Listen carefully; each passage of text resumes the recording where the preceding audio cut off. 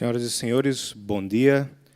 Temos a alegria de dar início, nesse momento, ao segundo dia de conferência da segunda Consulta Internacional de Pesquisa em Liberdade de Religião ou Crença, 7º Simpósio Brasileiro de Direito e Religião e Consulta Internacional sobre Missões e Teologia no Contexto de Perseguição.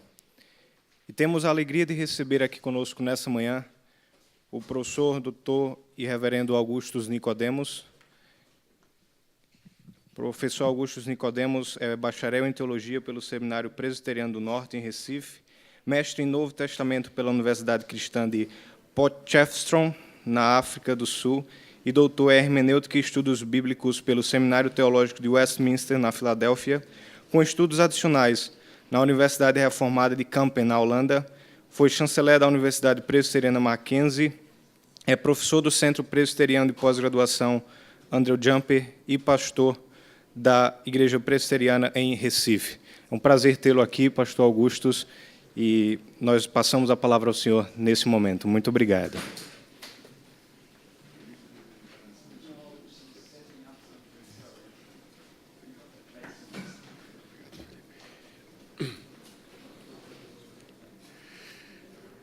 Eu quero saudar a todos vocês na manhã desse dia, agradecido pela oportunidade de participar desse evento que trata de um tema da mais alta importância para a igreja, não somente brasileira, mas para a igreja em todo o mundo.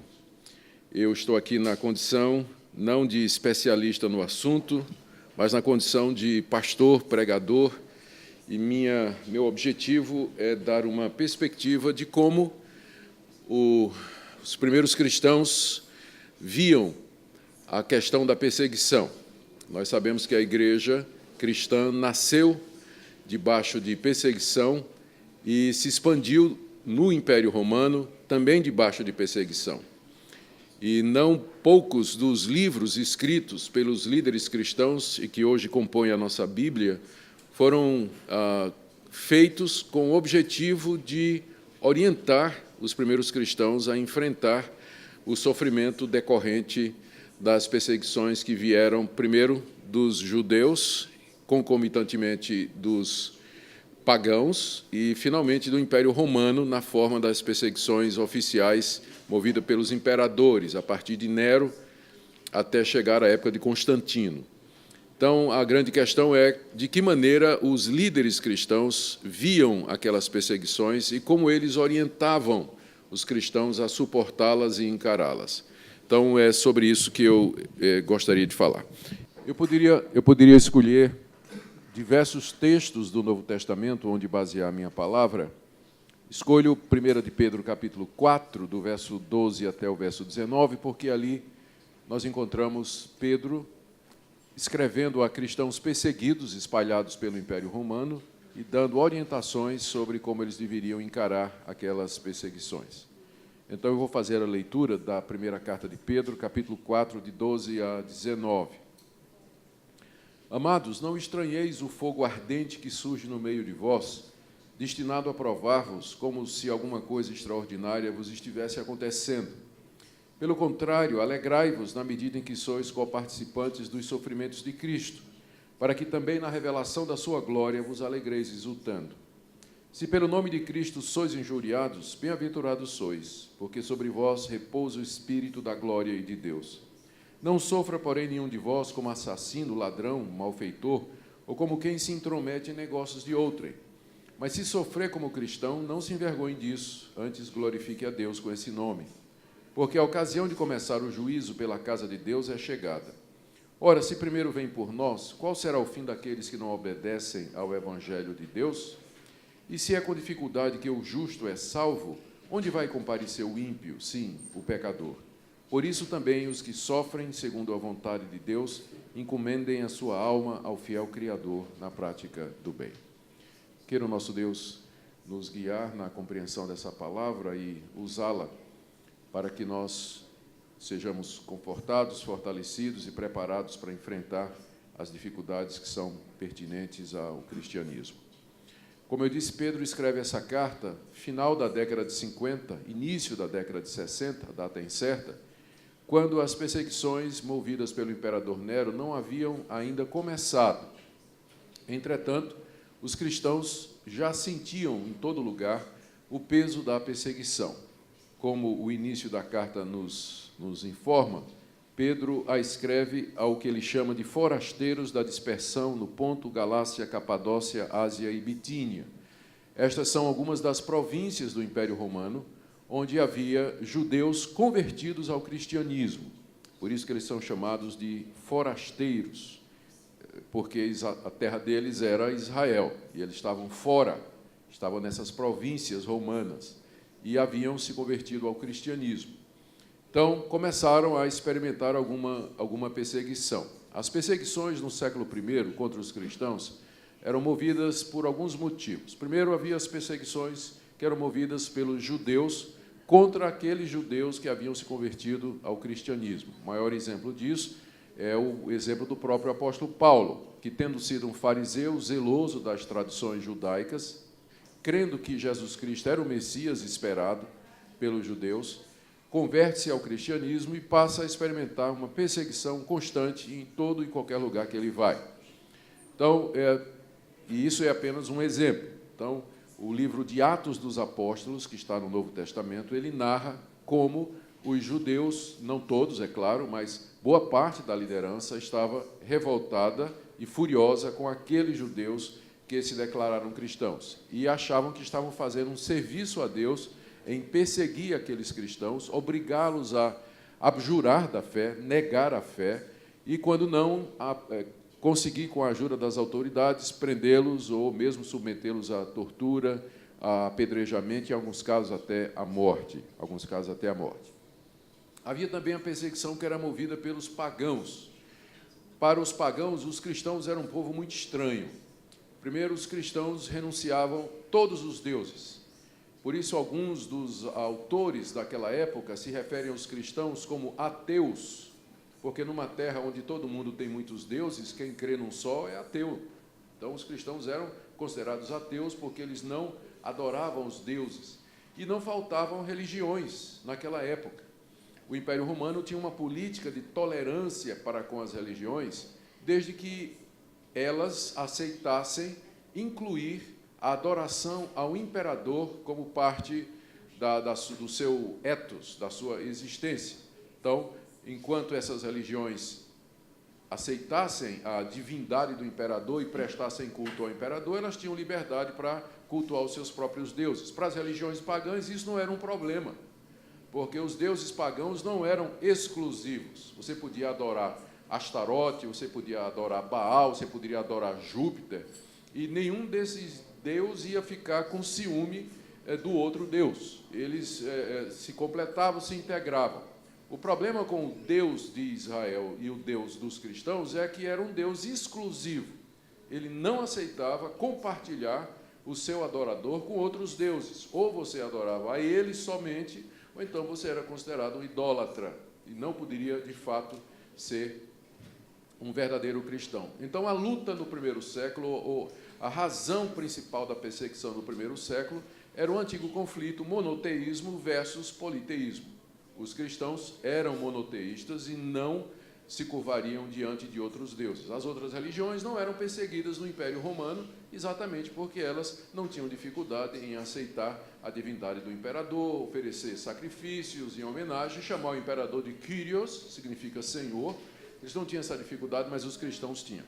Então, os pagãos viam os cristãos como esse tipo de gente completamente alheia ao ethos da época, ao costume da época, não é? Que era, a sociedade era infestada por esse tipo de religião. Havia a religião oficial do Império Romano, onde o imperador era adorado, havia as religiões gregas, que eram originadas nos escritos de Homero, a Ilíada e a Odisseia, onde tinha todo aquele panteão de Zeus com os demais deuses morando no Monte Olimpo. Havia as religiões de mistério, que eram importadas da Frísia e que também eram muito populares, que continham ritos secretos que introduziam os adoradores à comunhão com essas divindades, só os iniciados poderiam participar. Ou seja, era um mundo extremamente religioso, mas só o cristianismo era perseguido. Havia uma trégua com o judaísmo, do Império Romano com o judaísmo, porque eles sabiam que não adiantava mexer com os judeus. Os judeus se revoltavam, então havia meio que uma trégua, não é? E, a princípio, porque eles achavam que o cristianismo era um ramo do judaísmo, o Império Romano não perseguiu os cristãos como tal. Por isso, a perseguição só começa realmente na década de 60, meados da década de 60, quando Nero, segundo aí a tradição, procura alguém para culpar pelo incêndio de Roma. E quem melhor do que os cristãos? Esse povo estranho, que não considerava o imperador como Deus, por isso eram vistos como maus cidadãos. Também era um povo que não participava dos festivais, não seguiam os costumes da época.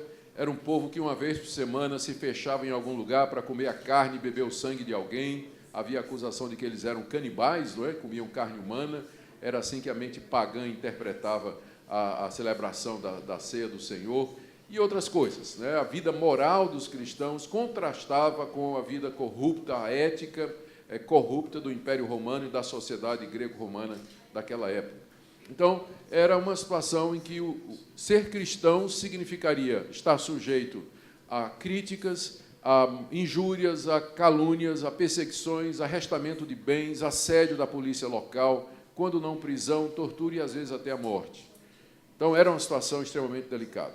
Então, boa parte dos livros do Novo Testamento foram escritos para orientar os cristãos a como sobreviver e ficar firmes no meio de todo esse tipo de perseguição, de assédio e de tentativa de destruição da nascente religião que um dia haveria de se tornar a religião oficial do Império Romano. E o que nós temos aqui no trecho que eu li é exatamente Pedro orientando os cristãos a como se comportar diante da perseguição que era movida pelos patrícios judeus e também pelos pagãos na sociedade na qual eles estavam inseridos. As províncias, elas estão mencionadas aqui no início da primeira carta, né? No início da carta. E eu aqui anotei 5 ou 6 orientações que Pedro dá àqueles cristãos, e eu queria ver com vocês, e com isso nós veremos de que maneira, olhando da perspectiva teológica, as perseguições deveriam ser entendidas. Primeiro, no verso 12, Pedro diz: amados, não estranheis o fogo ardente que surge no meio de vós, destinado a provar-vos, como se alguma coisa extraordinária vos estivesse acontecendo. Pedro orienta os cristãos a não estranhar, não ver como uma coisa inusitada ou inesperada as perseguições que ele chama de fogo. E a razão, ele diz aqui, que o objetivo das perseguições é prová-los. Ele usa aqui a figura ele usa o fogo. Ele diz que é um fogo ardente que surge no meio de vocês. O fogo era usado pelo ourives para purificar os metais. O ouro bruto era submetido a temperaturas altíssimas, a escória era derretida, ou o ouro era derretido, fundia num grau diferente das escórias, e aí você tinha o ouro depurado. Então, esse processo de depuração pelo fogo é a figura que Pedro usa aqui para os cristãos, para dizer para eles: não estranhem o fogo que vier sobre vocês, porque o alvo é depurar a fé de vocês.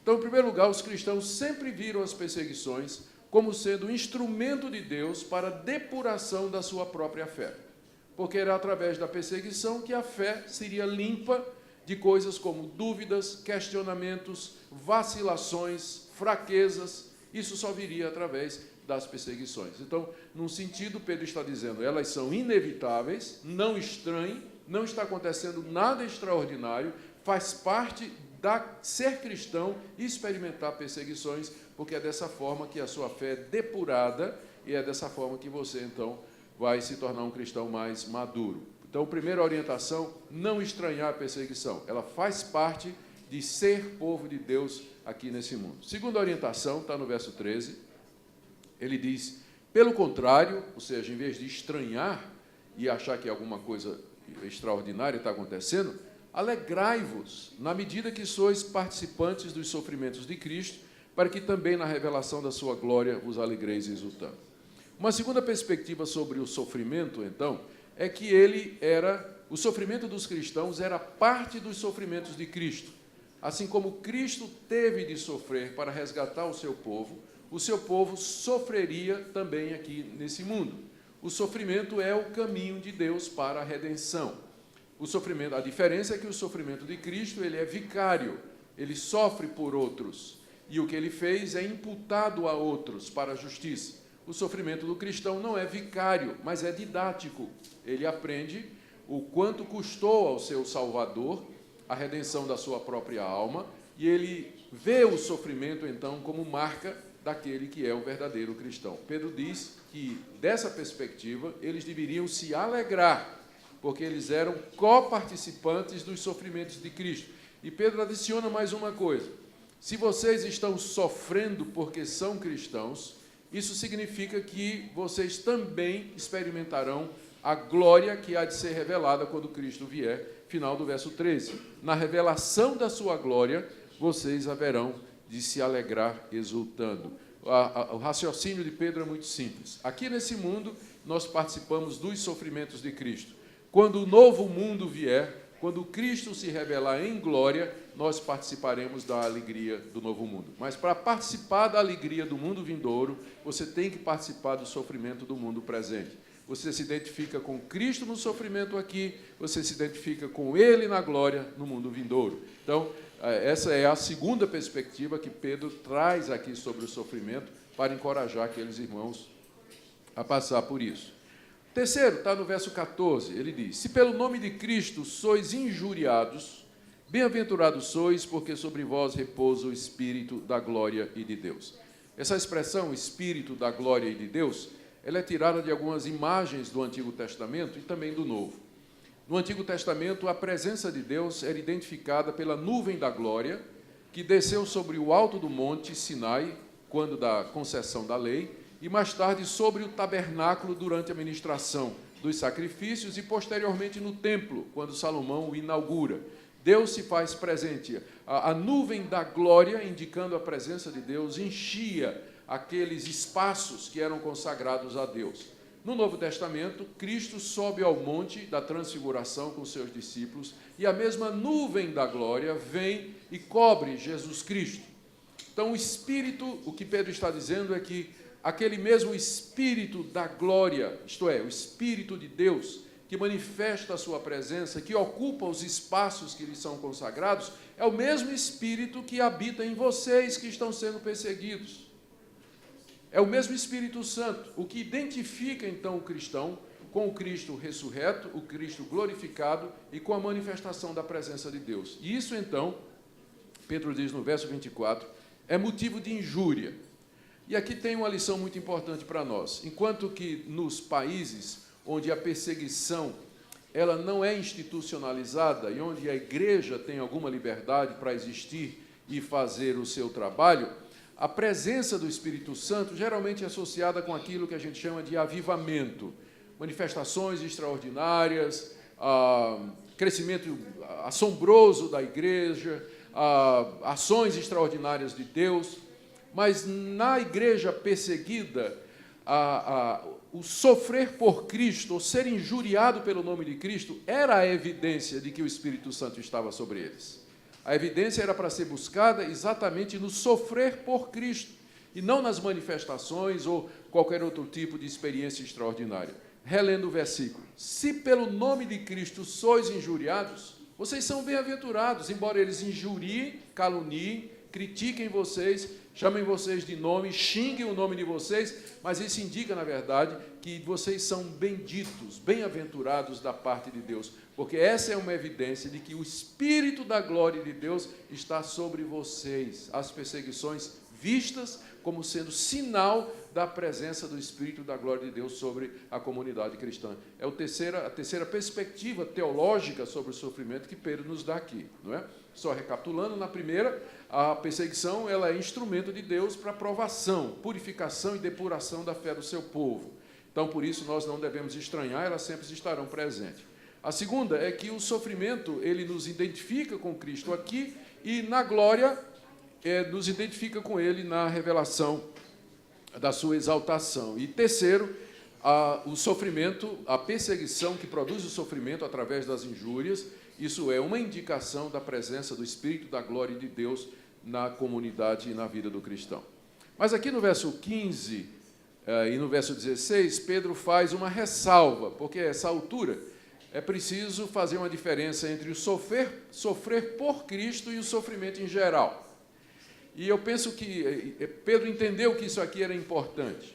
Ele diz: não sofra, porém, nenhum de vós como assassino, ladrão, malfeitor, ou como quem se intromete em negócios de outrem.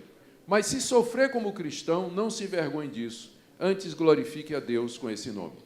Existe um sofrimento que é decorrente não da nossa fidelidade a Cristo e não do fato de que nós somos cristãos, mas há um sofrimento que é decorrente de nós quebrarmos a lei. Pedro menciona aqui 3 situações criminosas. Primeiro, não sofra como assassino. Se alguém mata, ou se alguém cometesse assassinato no Império Romano, ele estaria sujeito a diversas sanções. Mesma coisa se ele fosse um ladrão, que é o próximo termo que Pedro usa aqui. O ladrão, certamente, haveria de sofrer as consequências. Ou se ele cometesse malfeitos, a palavra malfeitor aqui é uma palavra muito ampla, inclui todo tipo de quebra da lei ou comportamento que é considerado ilegal e que traz penalidade sobre eles. O que Pedro está dizendo aqui: não confunda os sofrimentos que você está passando, porque você pisou na bola, porque você fez alguma coisa errada, com o sofrer por Cristo.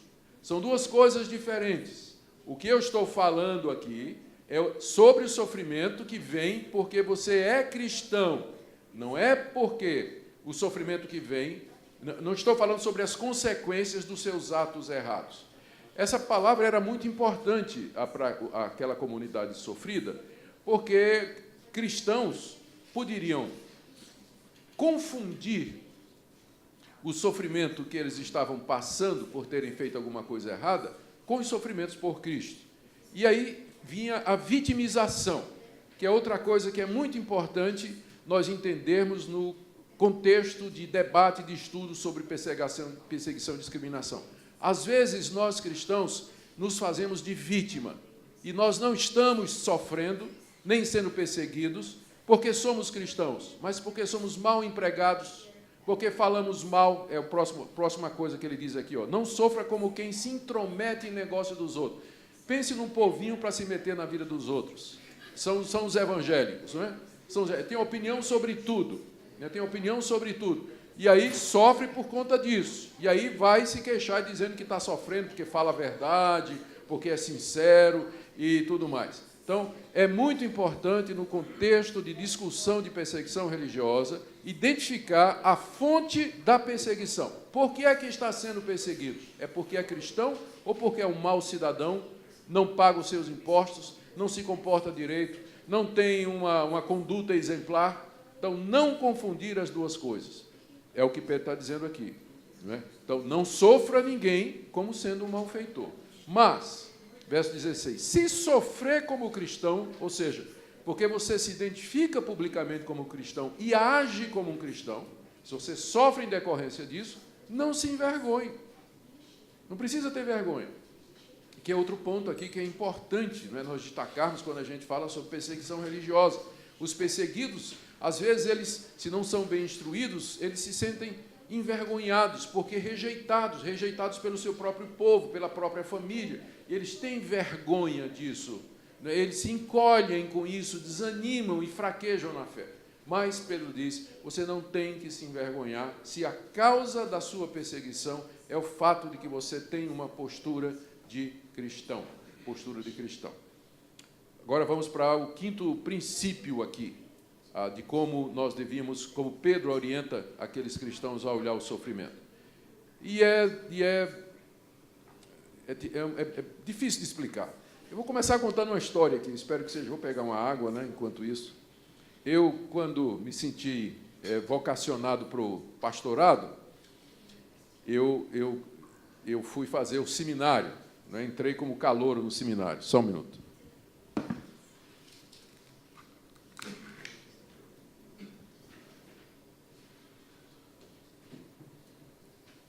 E me apaixonei pela filha do diretor do seminário, né? O reverendo Francisco Leonardo, um holandês, radicado no Brasil, tinha 6 filhas, cada uma mais bonita do que a outra. A terceira era especial.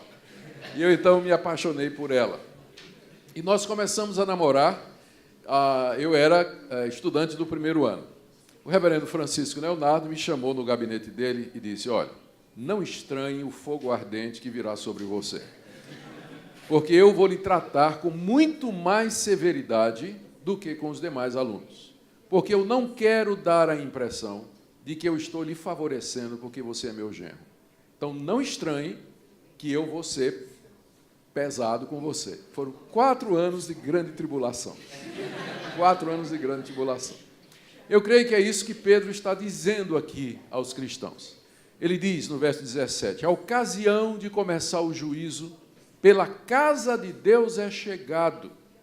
Ora, se primeiro vem por nós, qual será o fim daqueles que não obedecem o evangelho de Deus? E se é com dificuldade que o justo é salvo, onde vai comparecer o ímpio, sim, o pecador? O que Pedro está dizendo aqui é que os sofrimentos, em geral, no mundo, eles são um prenúncio do dia do juízo, quando Deus haverá de trazer diante de si, do seu tribunal, todos os homens e haverá de julgá-los segundo as suas obras e haverá de passar condenação sobre os inimigos de Deus e os inimigos do Evangelho, que hoje perseguem os cristãos. Mas isso é futuro. Então, como que para demonstrar que ele não faz favoritismo e que ele trata a todos igualmente, Deus começa o juízo dele pela casa dele. Então é por isso que os cristãos sofrem mais do que os outros. Por isso que é a religião mais perseguida, é o povo mais perseguido da face da terra, porque Deus começa o juízo já aqui nesse mundo pela sua própria casa, para não deixar dúvida da justiça dele quando ele for tratar no dia do juízo todos os ímpios. Esse é o quinto princípio, né? A quinta forma de olhar a perseguição. É dizer o seguinte: essa perseguição que está vindo sobre nós, ela não vem para nosso juízo, porque Deus não está mais julgando e condenando os cristãos, mas os está submetendo a um processo didático de purificação, didático para eles e didático para o mundo. É como se Deus pegasse os ímpios e dissesse assim, os que perseguem a igreja, e dissesse assim: se eu permito que o meu povo sofra, imagina o que eu vou fazer com vocês no dia do juízo. Imagina o que vai acontecer com vocês no dia do juízo. E aí ele faz a pergunta no verso 18. Se é com dificuldade que o justo é salvo, o justo aqui não é aquela pessoa que é perfeita, não é? Que tem uma justiça completa, mas ele foi justificado em Cristo Jesus. Justo é um termo muito comum no Novo Testamento para se referir ao cristão, que não se refere à virtude da justiça, que é própria, né? Mas à justiça imputada por Deus mediante Jesus Cristo. Então o cristão é chamado de justo nesse sentido. Então ele diz, ora, se o justo, o crente, ele é salvo com dificuldade, ou seja, no meio de todo esse sofrimento, não é que é difícil para Deus salvar o crente, não é? E também não é que nós temos que nos esforçar com muita dificuldade para entrar no reino de Deus, não. É que que faz parte do processo redentivo o sofrimento aqui nesse mundo. Então, se é com dificuldade que o justo é salvo, aí vem a pergunta de Pedro: onde vai comparecer diante de Deus no dia do juízo o ímpio? Sim, o pecador. Se o justo, para ser salvo, ele passa por todo esse processo de sofrimento e purificação aqui nesse mundo, no dia do juízo, o que o ímpio vai dizer diante de Deus? O que ele vai apresentar em sua justificativa, na sua apologia? E aí, o último ponto de Pedro está no verso 10. É uma orientação, e ele é uma orientação escatológica. Por isso, também, os que sofrem segundo a vontade de Deus, encomendem a sua alma ao fiel Criador na prática do bem. Aqui, essa última orientação é mais uma orientação de conforto, de exortação, ânimo e encorajamento para aqueles irmãos. Aqui, Pedro, tem vários pontos aqui nesse versículo. O primeiro deles é que Pedro lembra que os sofrimentos, eles são da vontade de Deus. Por isso, também, os que sofrem segundo a vontade de Deus. É importante isso. Aquela teologia muito comum no terceiro mundo hoje, a teologia da prosperidade, que diz que nunca é a vontade de Deus que o seu povo sofra, que passe necessidade, que seja pobre, que fique doente, que enfrente a opressão, é uma teologia falsa. Ela não prepara o crente e o cristão para quando chegar a doença, a perseguição e as dificuldades. porque ele vai dizer assim, olha, isso aqui não pode ser de Deus, né? Eu não aceito, né? Eu determino que caia por terra todos os meus inimigos, eu declaro que está amarrada toda a perseguição, enquanto que a Bíblia ensina o cristão a ver os sofrimentos decorrentes da perseguição como parte de ser cristão, como coparticipação nos sofrimentos de Cristo. Então, Pedro começa dizendo, vocês que estão sofrendo, saibam que isso é a vontade de Deus. Nenhum cristão sofre fora da vontade de Deus, mas o Deus soberano, que governa tudo e todos, de tal maneira guia as circunstâncias que ele permite que os seus filhos entrem e passem por sofrimento. Se ele nos dá, no Ocidente agora, essa possibilidade de uma certa liberdade de consciência, de religião e de expressão, como nós gozamos no mundo ocidental, isso aí a gente tem que levantar as mãos para os céus e agradecer a Deus, mas lembrar que isso é uma exceção, que a história da igreja é a história da perseguição do cristianismo, dos verdadeiros cristãos. É uma exceção, e pela qual nós devemos dar graças a Deus.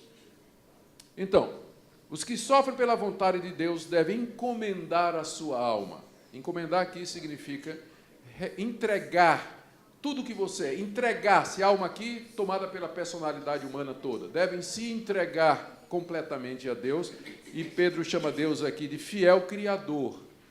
Criador, é bom lembrar, quem é esse Deus a quem devemos encomendar a nossa alma? Ele é o Criador, ele fez todas as coisas, ele tem todo o poder no céu e na terra, ele controla as nações, levanta reis, derruba potestades, pela sua providência ele encaminha a vida da igreja para um lado ou para o outro, permite perseguição, suspende a perseguição, derruba o ímpio, exalta o justo, ele é o Criador.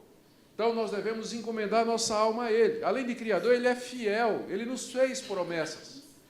Ele deu o seu Filho, que morreu pelo seu povo, e no sangue do seu Filho estabeleceu uma aliança, chamada Nova Aliança, onde Deus promete nos dar a vida eterna, depois de sofrermos aqui nesse mundo, onde Ele promete nos dar o novo céu e a nova terra, onde habita a justiça. Com isso, Pedro levanta os olhos dos cristãos da perseguição que eles estão passando e aponta para o futuro, para a glória futura, para as promessas de Deus, que é poderoso para cumpri-las. E aqui a gente lembra, terminando, que sempre que a Bíblia consola os perseguidos, consola escatologicamente. A Bíblia nunca consola os cristãos dizendo assim, olha, você está sofrendo, mas aguarda um pouquinho que eu vou arrebentar o ímpio, eu vou acabar com o perseguidor, vou destruir Nero. Não.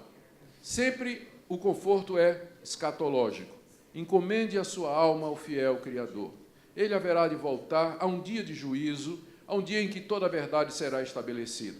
Eu sei que essa nuance do conforto cristão tem sido usado pelo marxismo, especialmente o pensamento de Karl Marx, de que a religião é o ópio do povo, para dizer que, dessa forma, os cristãos são direcionados a olhar o futuro e esquecer o presente, de que no presente, eles podem fazer alguma coisa contra a perseguição, eles podem lutar para a liberdade de religião, liberdade de expressão, liberdade de consciência. Eu não creio que uma coisa invalida a outra. Eu creio que, se temos oportunidade de lutar pelo direito de expressão, de religião, de consciência, devemos fazer isso. Mas a gente sabe que nunca vai ser completamente como nós queremos. Nós sabemos que isso são paliativos e que a única perfeita e final liberdade que nos aguarda é aquela do reino de Deus, para o qual Pedro aponta nesse texto diversas vezes para consolar aqueles irmãos que estão perdidos. Eventos como esse que nós estamos realizando aqui, terminando, eles são importantes. Nós queremos poder expressar a nossa fé, expressar a nossa religião, isso com a consciência tranquila. Mas nós devemos reconhecer que, se por algum motivo nós pudermos fazer isso, isso é uma exceção, isso é um bônus, isso aí é Deus olhando de cima para baixo, dando a piscadinha e dizendo, cortesia do Todo-Poderoso, porque não é dado a todos, não é dado, boa parte da igreja hoje no mundo, ela experimenta isso que Pedro está falando aqui.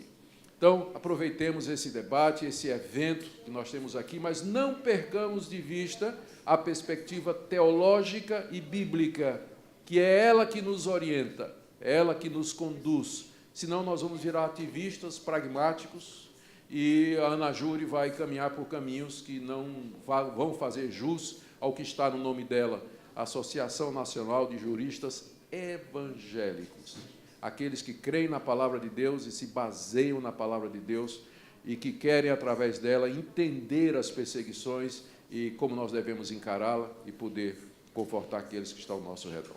Muito obrigado. Deus abençoe.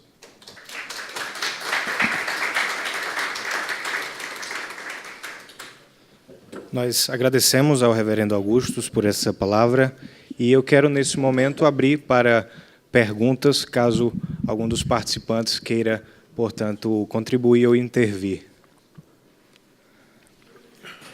Muchas obrigado. Thank you very much.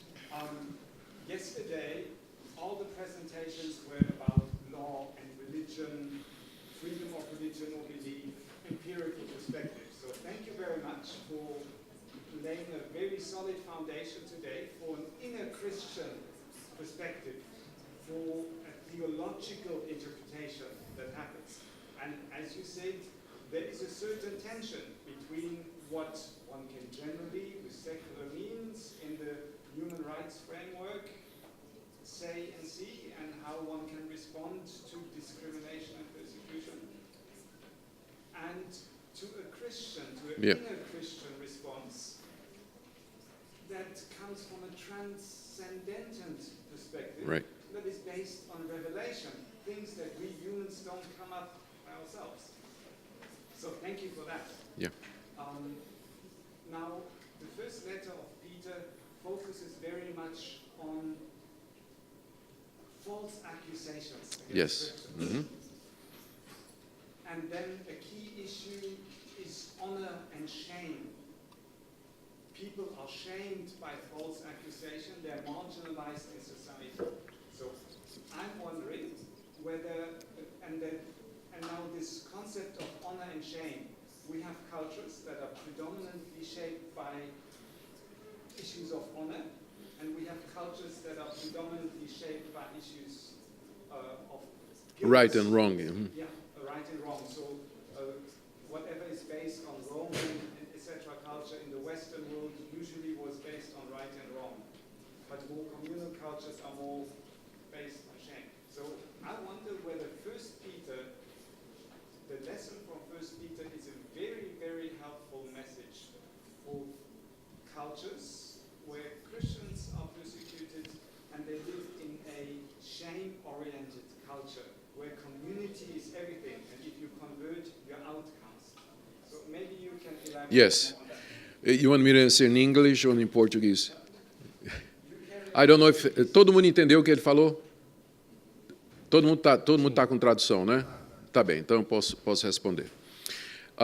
De fato, boa parte da orientação que você encontra, não só na primeira de Pedro, mas em outras cartas, lidam com um dos efeitos da perseguição, que é a vergonha.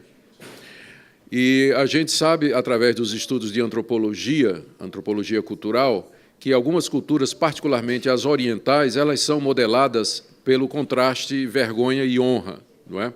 Enquanto que culpa e não culpa tem mais a ver com a influência do pensamento ocidental e do pensamento legal. Mas eu diria que uma exceção naquele ambiente, na cultura do Antigo Oriente, onde predominava o conceito de vergonha e tudo mais, destaca-se a nação de Israel, que recebeu de Deus uma legislação onde a questão da vergonha e da culpa passaria a ser vista em termos legais. Eu estou envergonhado porque eu quebrei a lei que Deus me deu.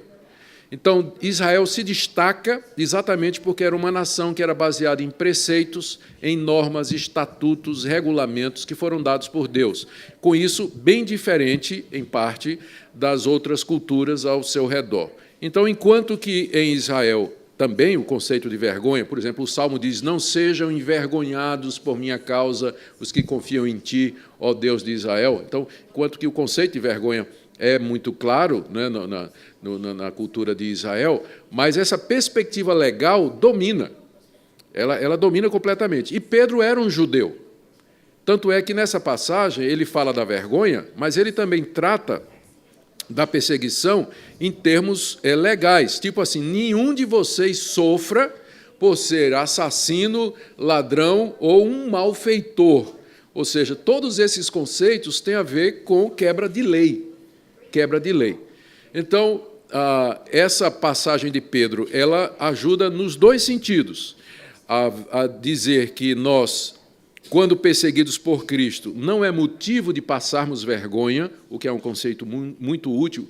Eu estou, inclusive, agora ajudando um missionário da Igreja Presbiteriana que está traduzindo a Bíblia para o Rupda, lá no Amazonas. E então eu sou consultor dele. E, curiosamente, há 2 semanas atrás, ele entrou com essa questão. Ele está dizendo, eu estou achando mais fácil falar de Cristo como aquele que veio tirar a vergonha do que de Cristo como aquele que veio tirar a culpa, porque eles não têm consciência de culpa, mas eles têm vergonha. E eu, então, expliquei para eles que a vergonha que eles sentem é porque eles, conscientemente ou não, eles quebram a lei de Deus que está gravada no coração deles e que faz parte da imagem de Deus. E só pode haver vergonha onde há culpa, onde há, de fato, culpa. E culpa se define a partir de lei. Então, 1 de Pedro, ela é útil para esses povos onde, de fato, existe o conceito de vergonha, mas também para nós ocidentais, onde nós temos o conceito de culpa muito mais enraizado, porque nós pensamos muito em termos de normas, regulamentos e prescrições. Então, eu creio que a carta é útil em todos esses sentidos. Pedro, como judeu, ele não deixa de ver a questão legal como consequência da perseguição. Não me sentir culpado porque estou sendo perseguido, porque estou sendo perseguido por uma coisa nobre, justa e boa. Muito boa. Muito obrigado pela pergunta. Tá bom. Alguma outra pergunta, por favor? Muito obrigado pela sua apresentação, eu achei muito interessante. Então, eu gostaria de perguntar, você falou que um dos alvos da perseguição é a confirmação da presença do Espírito Santo na igreja. Mas, deixando fora a quebra da lei, como você evita o problema da autoconfirmação das igrejas, que aí tem umas condutas não ilegais, mas contrárias à moral, contrárias à cultura popular. Eles agem na perseguição, uma confirmação de que eles estão fazendo bem. Não sei se o senhor entendeu. Estou entendendo. Desculpa, Não, estou entendendo. Quando Pedro diz assim, se vocês são injuriados pelo nome de Cristo, vocês são felizes porque isso é uma prova que o Espírito de Deus está sobre vocês, o conceito de plenitude do Espírito no Novo Testamento está sempre associado ao que Paulo chama lá em Gálatas 5, ao fruto do Espírito, que é um conjunto de comportamentos. O fruto do Espírito é amor, benignidade, mansidão, bondade, retidão, pureza, domínio próprio. Então, a presença do Espírito Santo no período da igreja, ela era identificada não somente por algumas manifestações associadas à chegada do Espírito Santo, como alguns dons extraordinários, mas principalmente por uma certa maneira de viver. Você vê Paulo explorando isso em Romanos capítulo 8, quando ele diz assim, se você é guiado pelo Espírito Santo, você vai mortificar as obras da carne. Você vai fazer o que é certo, você vai fazer o que é reto. Então, essa é a definição bíblica. Uma igreja que se acha perseguida e se autoconfirma mediante outras coisas que não sejam uma conduta cristã de acordo com a Bíblia, ela está se autoenganando. Ela está se autoenganando. A presença do Espírito Santo se verifica pela transformação de caráter. No caso aqui dos cristãos perseguidos, a presença do Espírito os fortaleceria e que eles reagiriam da maneira correta. Então, é porque, aqui mesmo na própria carta, Pedro diz assim, se você tem um patrão, falando aos escravos, se você tem um patrão ruim, não reclame, não fale mal contra ele, mas dê exemplo, sofrendo humildemente.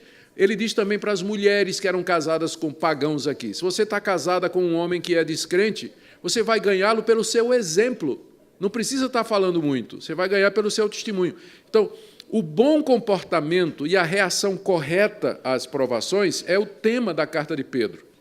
E a presença do Espírito Santo significaria capacitar o cristão para responder e reagir à perseguição da maneira correta. Então, igrejas que vão se valer sinais, prodígios e tudo mais para dizer que eles estão certos, estão sendo perseguidos por isso, eles não entenderam a relação entre Espírito Santo e perseguição aqui em Pedro e em outras partes do Novo Testamento. Bom? Temos tempo para mais uma pergunta. Por favor. Reverendo Robson. E a minha pergunta é, num contexto de brasileiro, digamos assim, pequenos assim, em que o pensamento arminiano, ainda que inconscientemente, é muito espalhado em alguns segmentos do chamado evangelicalismo. Sim. Então, nesse contexto, não haveria um risco de, até com o contexto da perseguição, aproximando-se ao lado de Cristo, isso recrudescer, e quem pensa assim, sem essa consciência do Espírito Santo como sinal da salvação, atribuir ao sofrimento e à perseguição um caráter redencional? Sim, existe. Então, Policarpo teria ido para o céu. Exatamente. É uma coisa que nós temos que... quando a gente estuda essa questão de perseguição religiosa, eu sempre penso que a gente tem que evitar duas coisas. Uma é o vitimismo, que Pedro trata aqui, você achar que qualquer sofrimento que você está passando é um sofrimento cristão, ou porque você é crente. Não é. Às vezes o crente sofre porque é um mau empregado mesmo, né? O cara é mau caráter, bate na mulher, mentiroso, desonesto. E aí ele vai na igreja dizer ao pastor, ore por mim, porque no trabalho eu estou sendo discriminado. O pastor liga lá para o patrão, diz, pastor, ele não está sendo discriminado, não. Chega atrasado, passa o tempo todo no WhatsApp, não faz o que a gente manda, né? E aí vai dizer na igreja que está sofrendo porque é cristão, né? Então, isso tem a vitimização e, segundo, tem essa questão da visão do redentorismo, né, de que o sofrimento realmente nos redime. Essa é uma visão que está errada, biblicamente, né? Nós não somos salvos pelo nosso sofrimento, o sofrimento que nos salva é o de Cristo, os nossos sofrimentos eles nos salvam do poder do pecado em nós, mas não da culpa. Quem nos salva, o sofrimento que nos liberta da culpa é o de Cristo. Mas os nossos sofrimentos nos ajudam a nos libertar do poder do pecado em nós. Pessoas que sofrem, que são sofridas, elas aprendem o valor, elas aprendem que a vida é transitória, elas percebem a fragilidade da vida, o quanto elas dependem de Deus e como as coisas desse mundo são passageiras, se apegam mais às realidades celestiais, se anseiam mais por estar na presença de Deus. Então, o sofrimento é didático, mas nunca redentor. E a gente, de fato, precisa ter cuidado. A teologia, boa teologia reformada, é uma cura excelente para esse tipo de coisa. Não podia deixar de fazer minha propaganda calvinista aqui.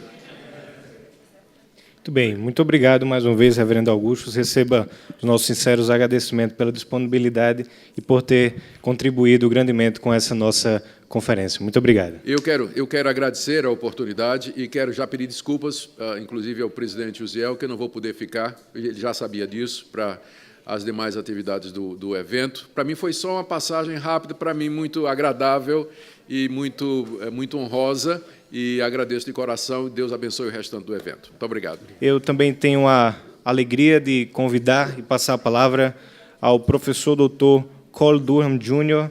Ele é Susa Young Gates University Professor of Law and Founding Director of the International Center for Law and Religious Studies at BYU, Brigham Young University, J. Reuben Clark Law School. It's a pleasure to receive you, Professor, and we appreciate your availability and your talk here this morning. Thank you very much.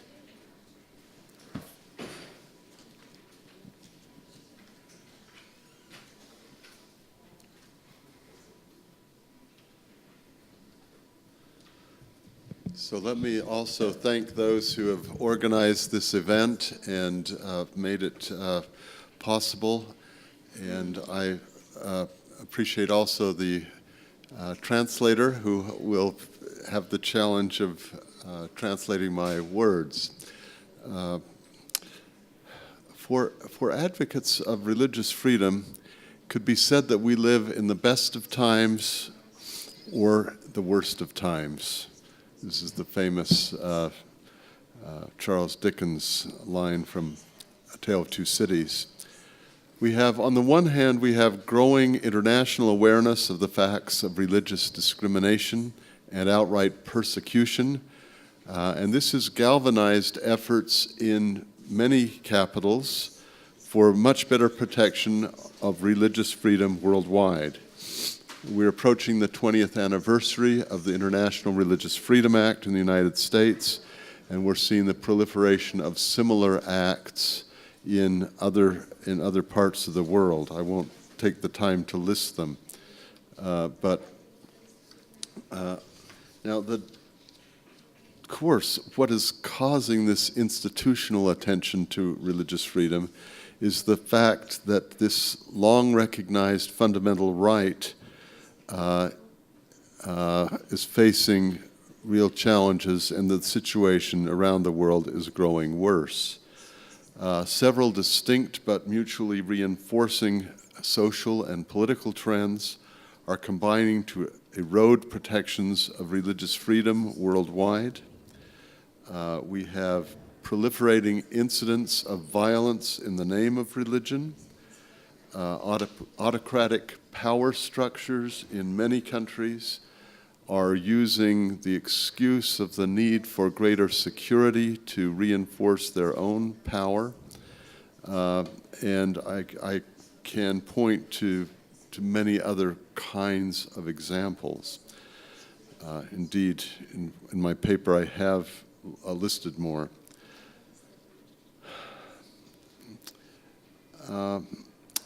Another factor contributing to the continuing erosion of religious freedom is the fact that there are a number of areas where tensions with other human rights or equality interests are narrowing the protections traditionally provided to religious believers and religious communities.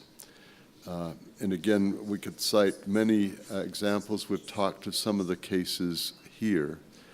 But I have to say, in some ways, last night as I worked on this and thought about the discussions yesterday,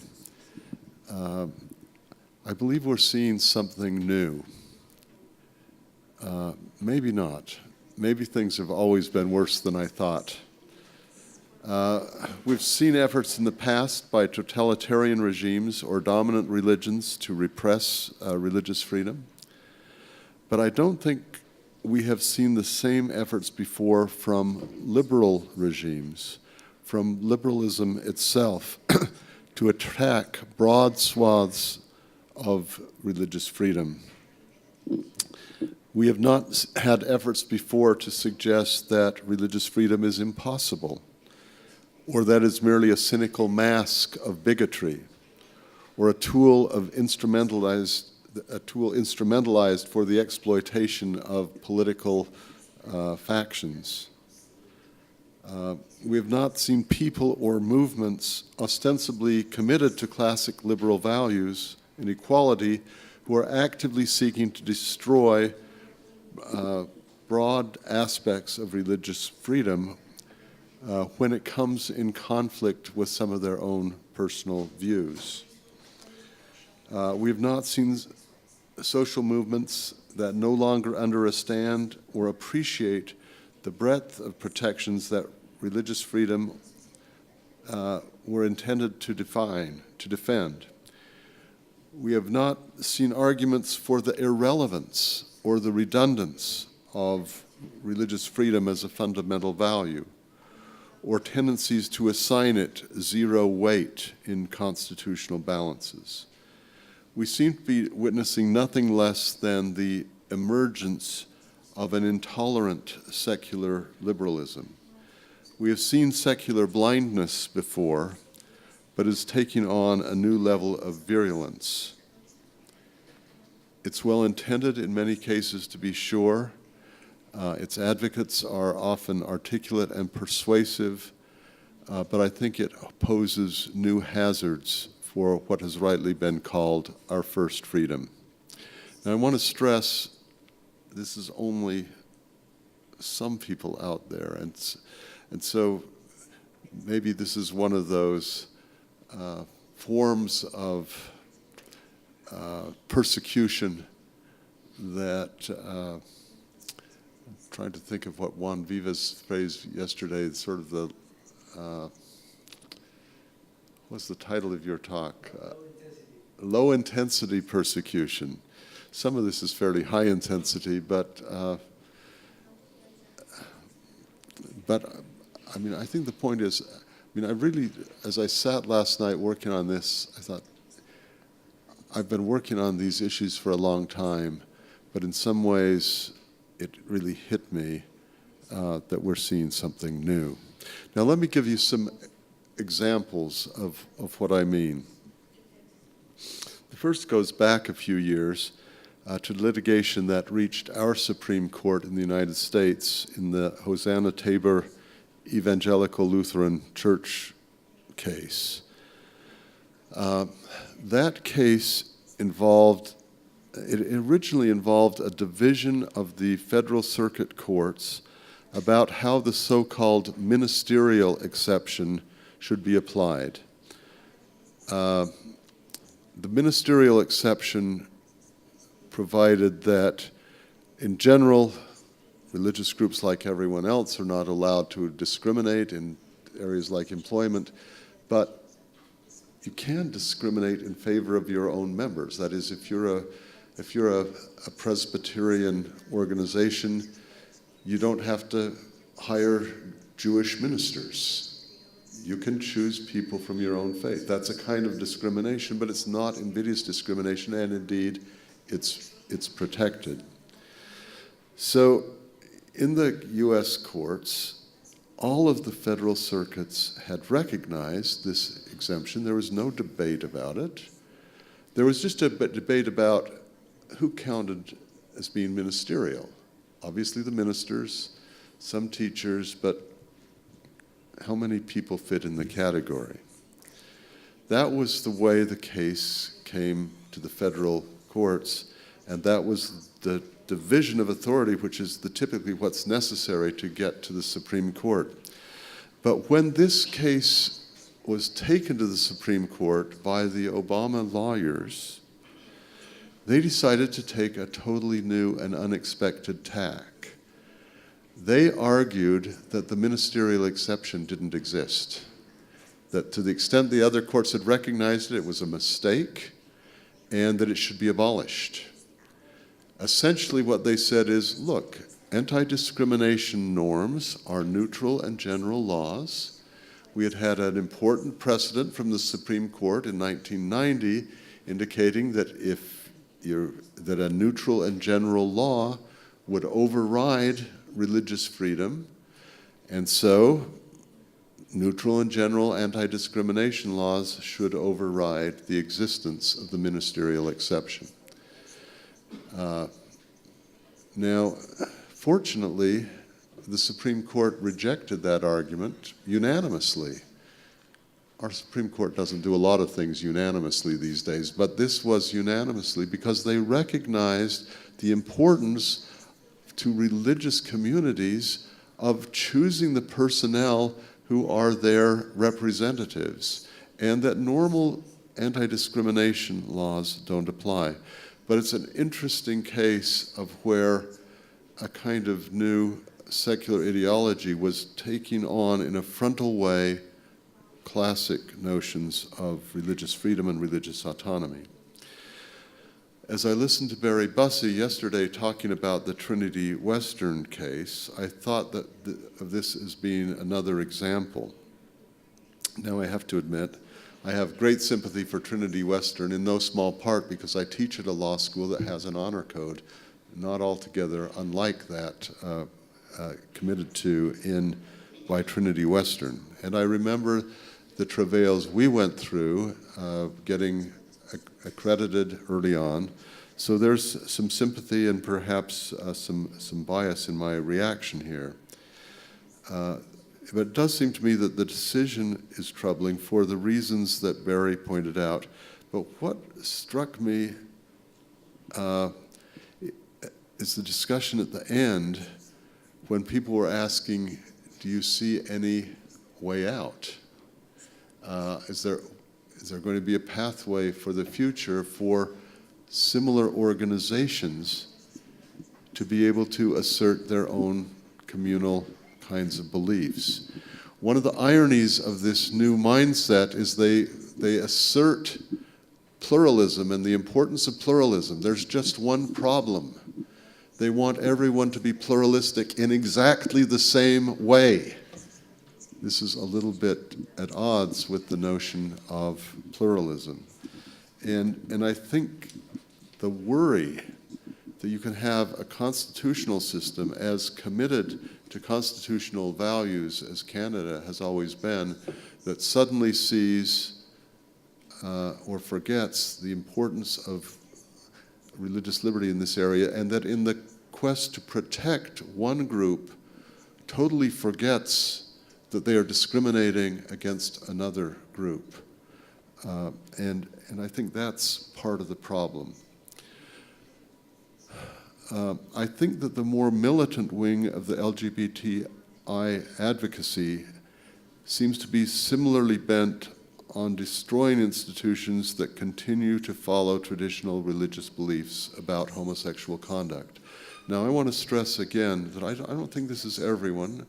I've had engaged in a lot of dialogue with people who are working to find ways for people to live together. But there is an element that takes each move, such as the acceptance of same-sex marriage. That's not an end result. It's an interim stage in an ongoing strategic battle that aims ultimately to destroy anything in sight that runs counter to the ideology of that particular group. Let me just focus on one example that I think is really tragic. We're seeing a pattern of challenges in the United States, and I think you'll see this elsewhere, that challenges the right of adoption agencies to function if they will not place children in gay or lesbian families. Now, in a world where there's a tremendous need for children to be able to be adopted, adoption in any setting is better than being left in institutional care. Still, the result of this litigation is that we have seen the closing down of Catholic adoption agencies in Massachusetts, Washington, D.C., Illinois, and their ongoing challenges. There's one going on in Michigan, I believe, right now.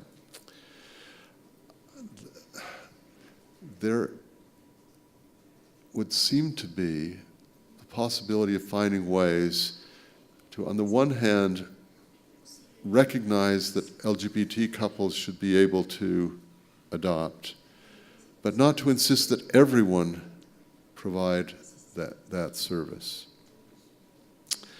I think we've witnessed a sea change in the application of key liberal principles going back to John Stuart Mill's harm principle. I thought of this yesterday in connection, as Mark Hill was talking about dignitary harm and dignitary harm claims. I think there's some complex issues that need to be thought through in more detail that I can do here. But it struck me last night, I remember when I started teaching criminal law and legal philosophy in the 70s. And at that point, one of the key issues was whether homosexual conduct should be decriminalized, because in most parts of the world it was still criminal conduct. At that time, there was a very famous book by Sir Patrick Devlin, who argued in favor of the enforcement of morals. And the attacks or the criticisms of his argument went back to John Stuart Mill's harm principle, which, if you know on liberty, Mill's work, had been very carefully described. That is, Mill talked about palpable harms to ascertainable individuals. So good luck to the translator. But the idea was that only where harm to others and by that he meant really physical harm to specific individuals. Only where that was occurring could you justify state intervention in liberty. The fact that some members of society might be offended by consensual homosexual conduct, which Devlin had used as an argument in favor of the enforcement of morals, that did not meet Mill's test. Now, however, we are increasingly faced with contentions based on dignitary harm that in many cases may be a form of taking offense that is as subjective as being offended, as the claims of being offended that Devlin relied upon and was criticized for relying on.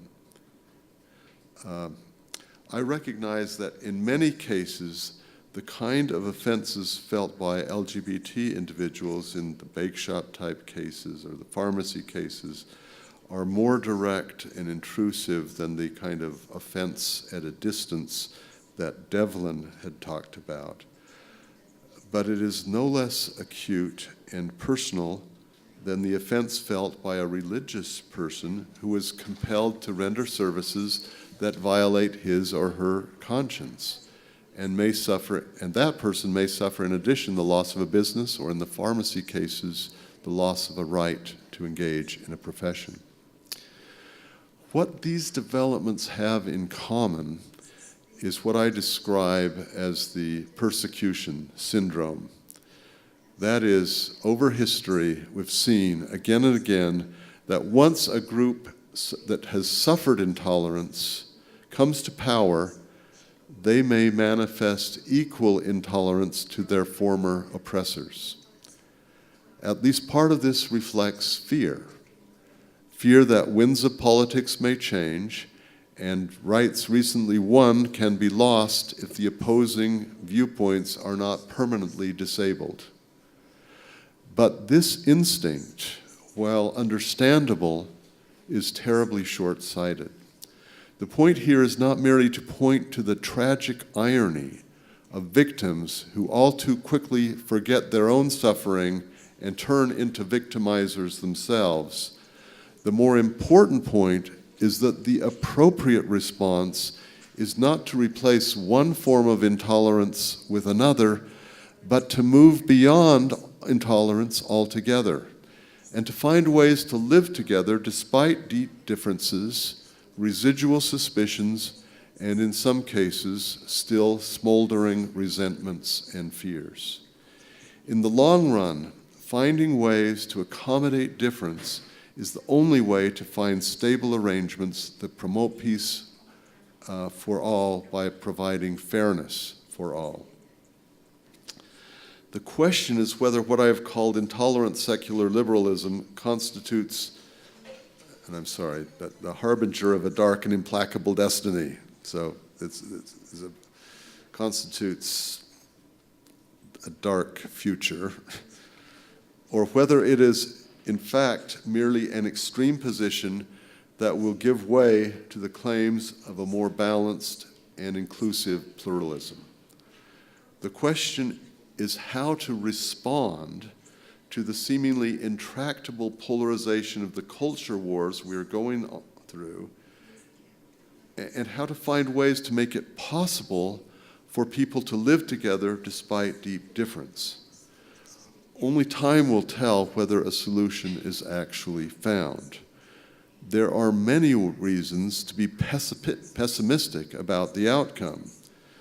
The speed with which public attitudes toward the LGBTI community are shifting have been remarkable, though when one looks at the global scene, the changes are less dramatic than they're often portrayed as being in the media.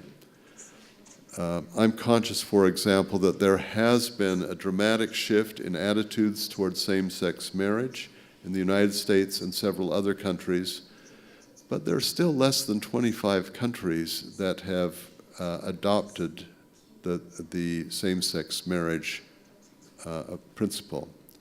There are, of course, a much larger number, 50 or 60 countries, that provide for civil partnerships and other kinds of accommodations.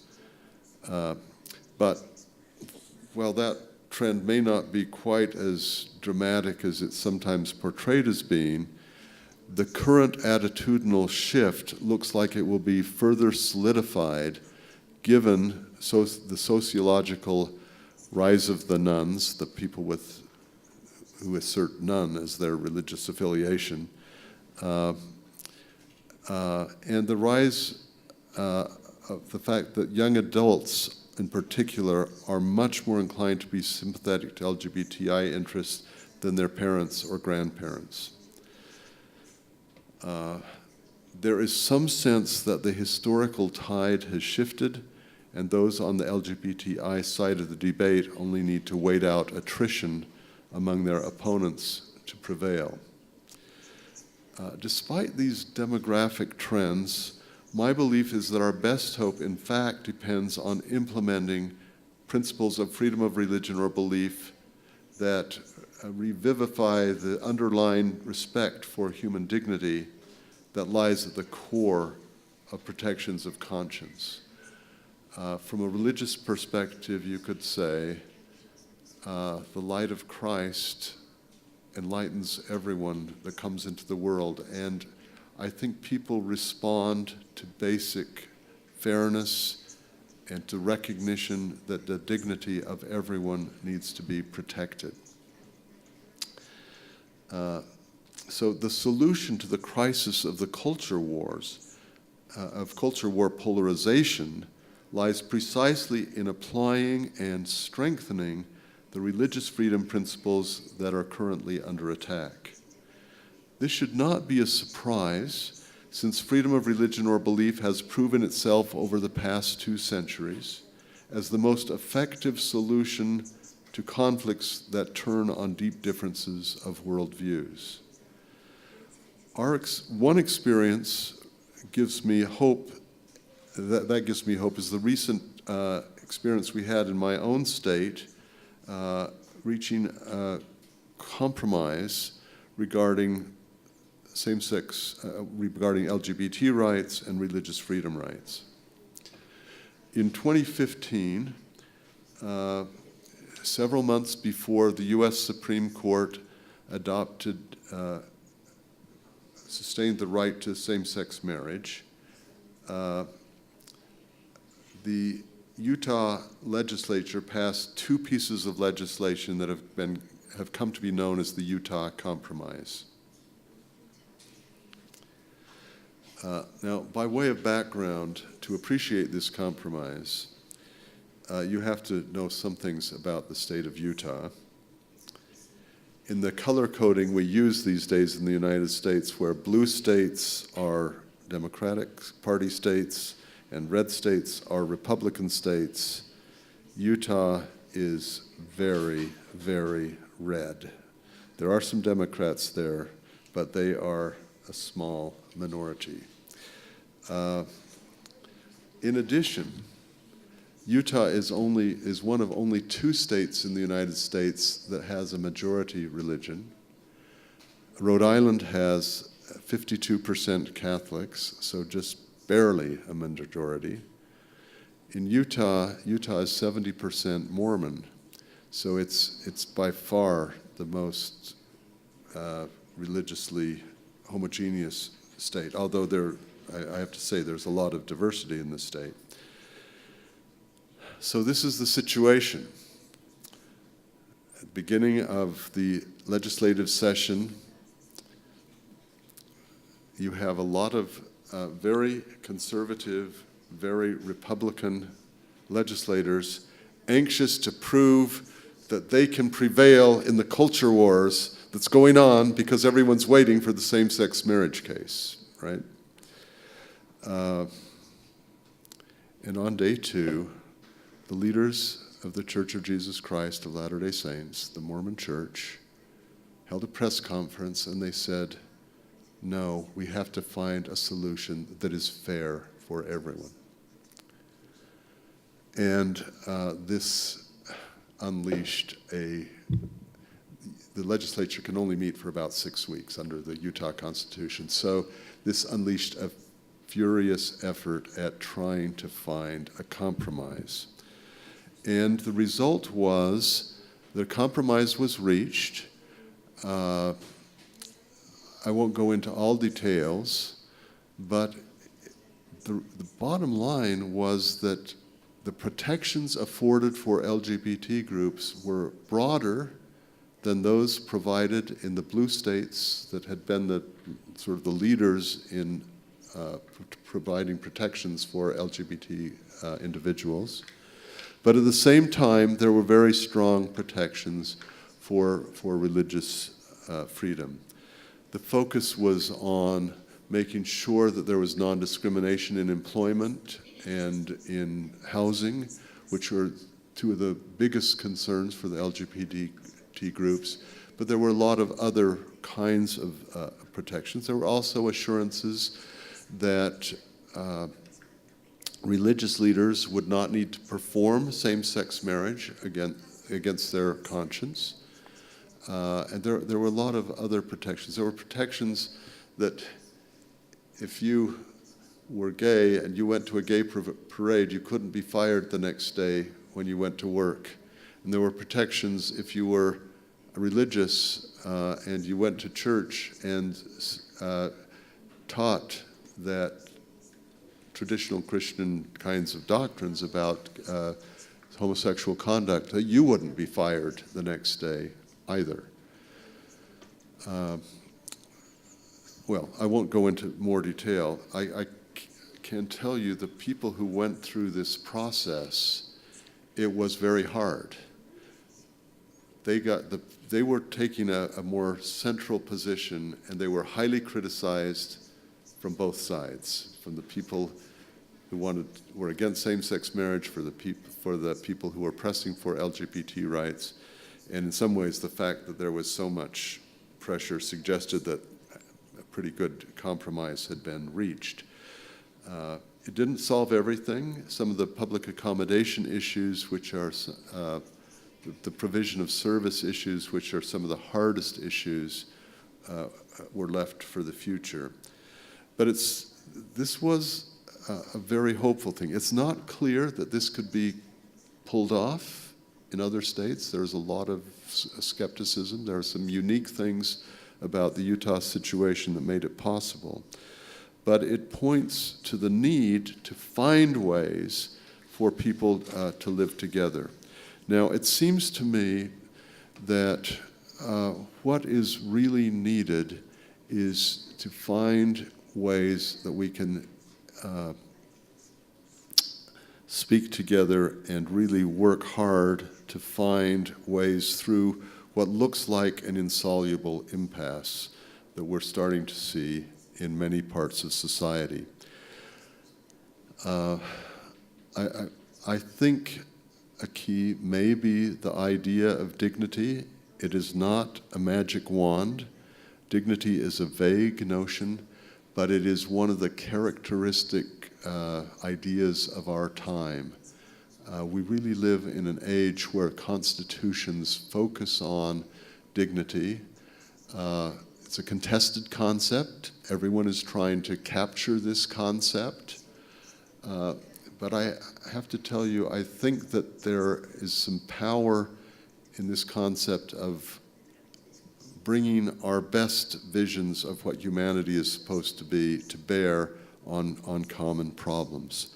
I think that respecting the dignity of others contributes in several ways to solving problems, contributes to civility of dialogue and that civility that is really necessary if we're going to talk with each other and get real dialogue off the ground. Respect for dignity can help find common ground in a social world otherwise characterized by deep difference. As stated in Article 1 of the German Basic Law, human dignity shall be inviolable. I mean, this is the sense that many constitutions replicate.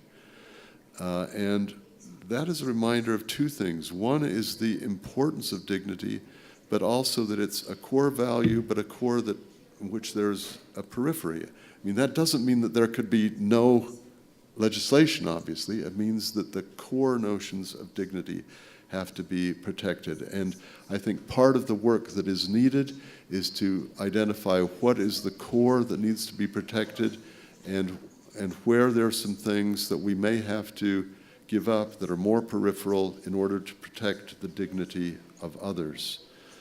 I think a deeper understanding of the way that dignity lies at the core of human rights may provide guidance in structuring the permissible limitations on human rights. When you work on constitutional law, you realize that in this area so much depends on balancing tests, but there's no real balance. I mean, there's no great balance in the sky. This is a metaphor for making judgments about how we solve human problems. But I think the concern for dignity reminds us that when one side prevails in a constitutional controversy, the dignity of the other side cannot be forgotten. So I think that's one of the tragedies of the Trinity Western case, that the dignity of one side was clearly protected, but the dignity of the other side was left aside. We also need to remember that when human rights conflict, human dignity is at stake on both sides. There are two human rights, but dignity is the core of both of them, and we need to find that part of things to respect both of them. Dignity calls for us to find less restrictive alternatives, or what Canadians call minimum impairment of values.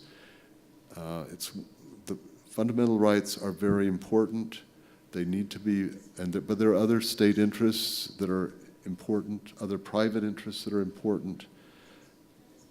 But we need to find ways where you can let both survive.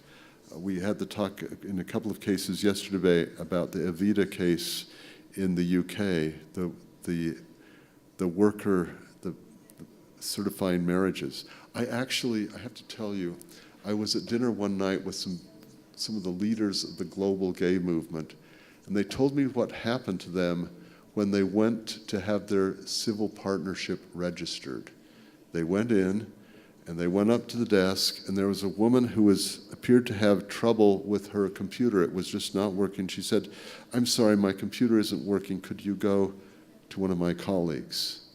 Turned out that the woman was Ladele, the woman who was the core of the case. Notice she had handled this in a way that gave them no clue that she was opposed to them, gave no cause for offense, but it was a way that she could live her conscience and they could have their rights protected. One of the interesting things about the Utah Compromise is they came up with a way that would assure LGBT people the right to get married. A state official would be provided, and in a way that would not signal any disparagement for them, but there would be ways that anyone who was opposed in conscience could also be protected. We need to find those kinds of middle grounds, and it's not always easy, it's not always possible, but that's what we need to do. Well, I've probably talked too long, but I think that we're facing some new things. Maybe they're obviously not totally new. They're deep human differences about which deep human controversies are possible. But as I said earlier, historically, the practice of religious freedom has proven itself as the most effective device we have ever had in human history for resolving deep and lasting controversies. We cannot afford to live without this principle in an increasingly pluralistic world. And I'm thankful to be able to speak with this group about this important principle. It's a principle of justice. It's a principle that will help assure fairness for all if we can find ways to live it. But it's going to take young and energetic and creative people to find the middle paths in which we can live. Thank you.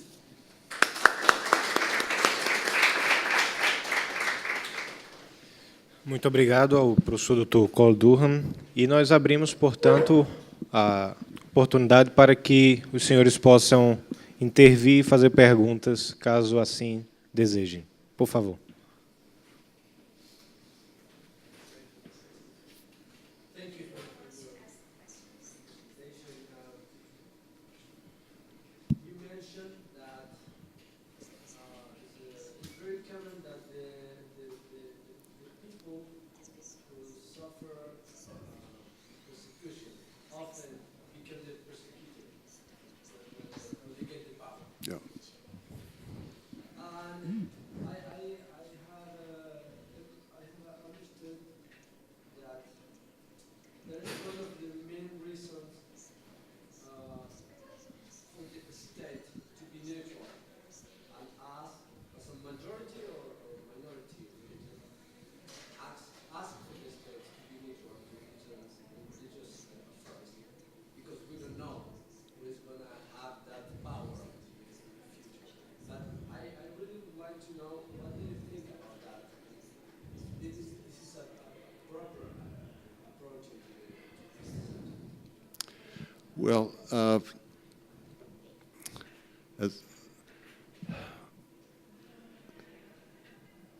I think that, well, on the one hand,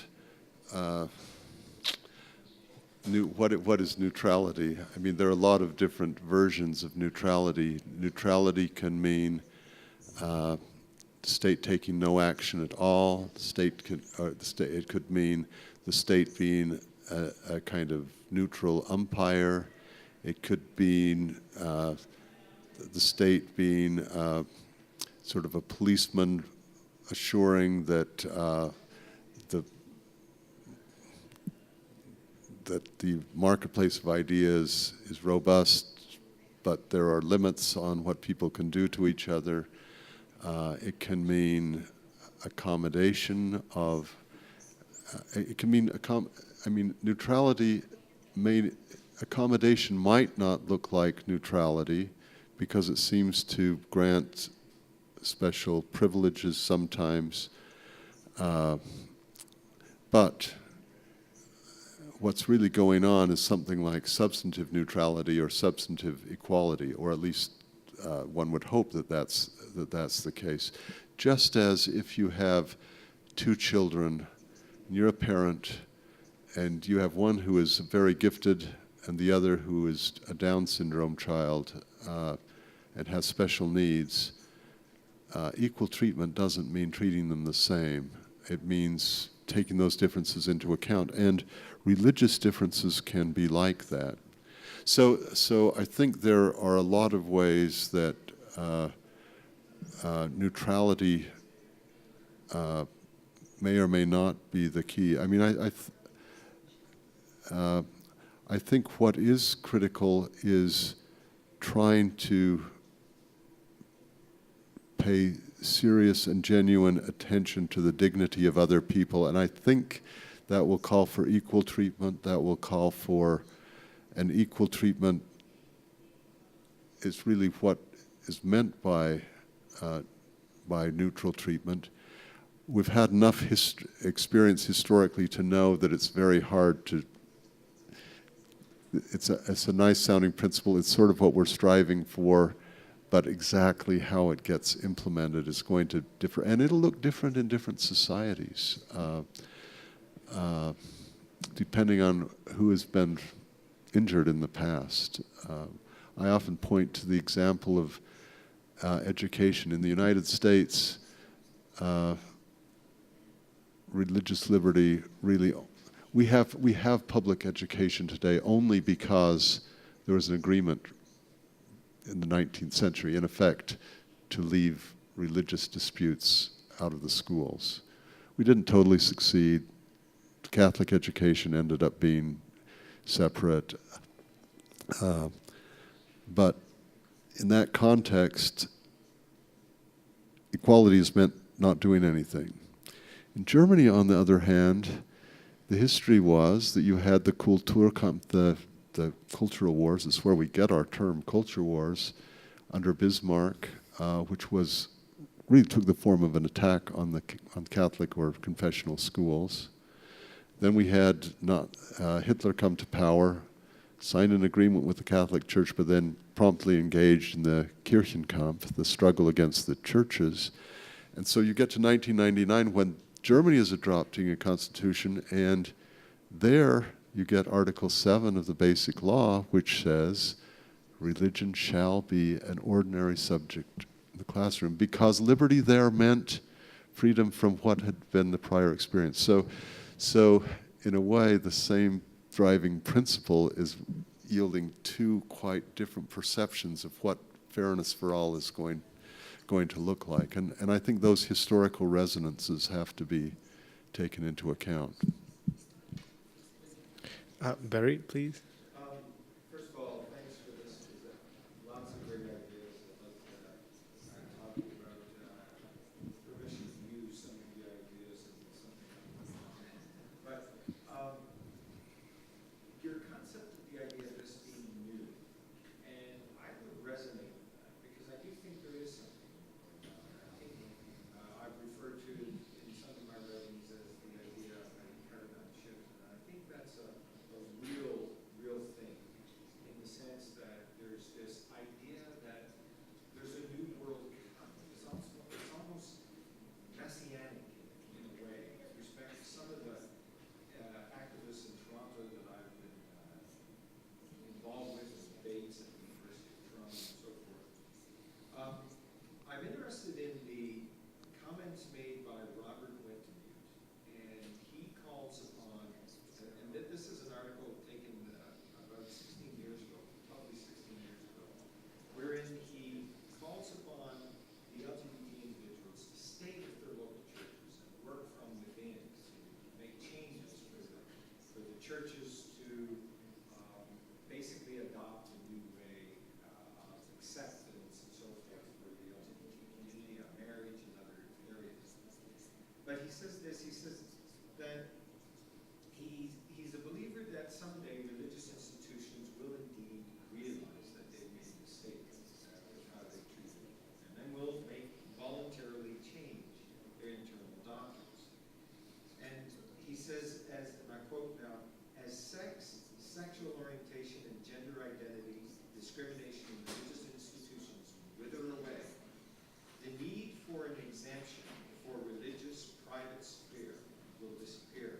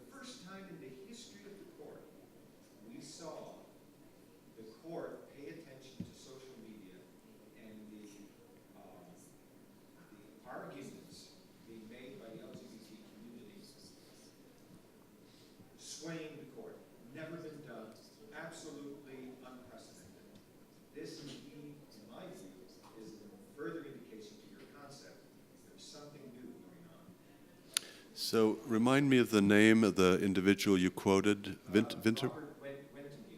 Okay. So I could be wrong about this, but I think he is a very individual. This was a very moving thing in my life. I had helped organize a dialogue between some very conservative religious types and some very prominent gay leaders, and he was one of them. And he's a long-time leader.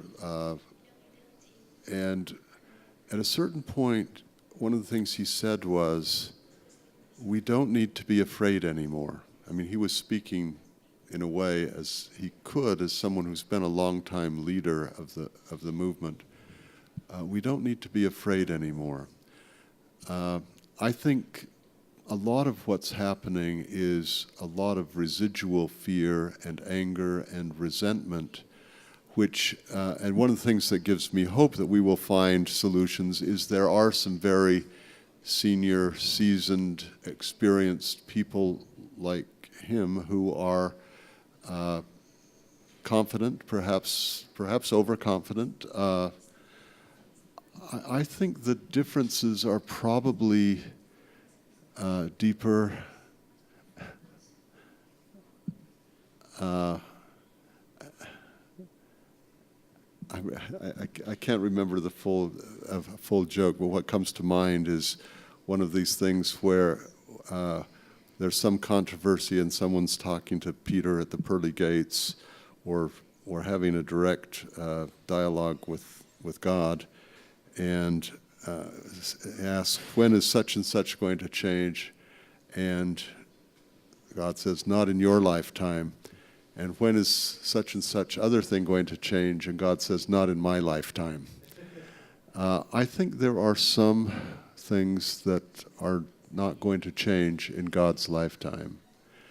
But I do think, I can speak to my own religious tradition, which I don't expect to see. I mean, there are some things that will not change. But I think what is changing is sensitivity toward people with same-gender attraction. And what do you do? What does that mean? How do you love those people? I mean, and I think most religious traditions are wrestling with these kind of issues in new ways because of the attitudinal changes going on. That being said, I think one of the things that is positive, and one of the things that made the Utah Compromise possible, was people like Wintemute working on it. I keep blanking on the name of the person at Yale who's another person at that category. Eskridge, yeah. So when he came to and spoke in Utah this summer, and he said, you shouldn't call it a Utah Compromise, because what really happened is there were principled decisions on both sides. And that was actually a quite interesting statement. I think what we will see, if we work well, is people finding ways to live together despite difference. I think some of the differences are not going to, surely they're not going to go away quickly. There are some things that are changing very fast, but the differences aren't going away. But I think it's important that we help each other to realize that we don't need to be afraid. And this is one of the powerful things about religious freedom protections. They give you legal assurance that you don't need to be afraid. And when you have that assurance and that safety, then you can have a stable government that's authentically plural, and people can live together. But the temptations of residual fears and the things that make this mysterious persecution syndrome keep happening, even though we've seen it, we know it's wrong, but it takes new forms, and so we're taken by surprise or strange, or not by surprise, but by blindness, by failure to see ourselves. And I think we need to find ways, as I was saying, of moving beyond replacing one intolerance with another to finding ways that are beyond intolerance altogether. Okay, well, I'm really sorry, but we are running out of time. But we have the panel discussion, and I think you can keep these questions. So I thank you very much, Professor Cole, for your talk and your contribution. We're having now a 10 minutes break, and then we come back for our second part. Thank you very much.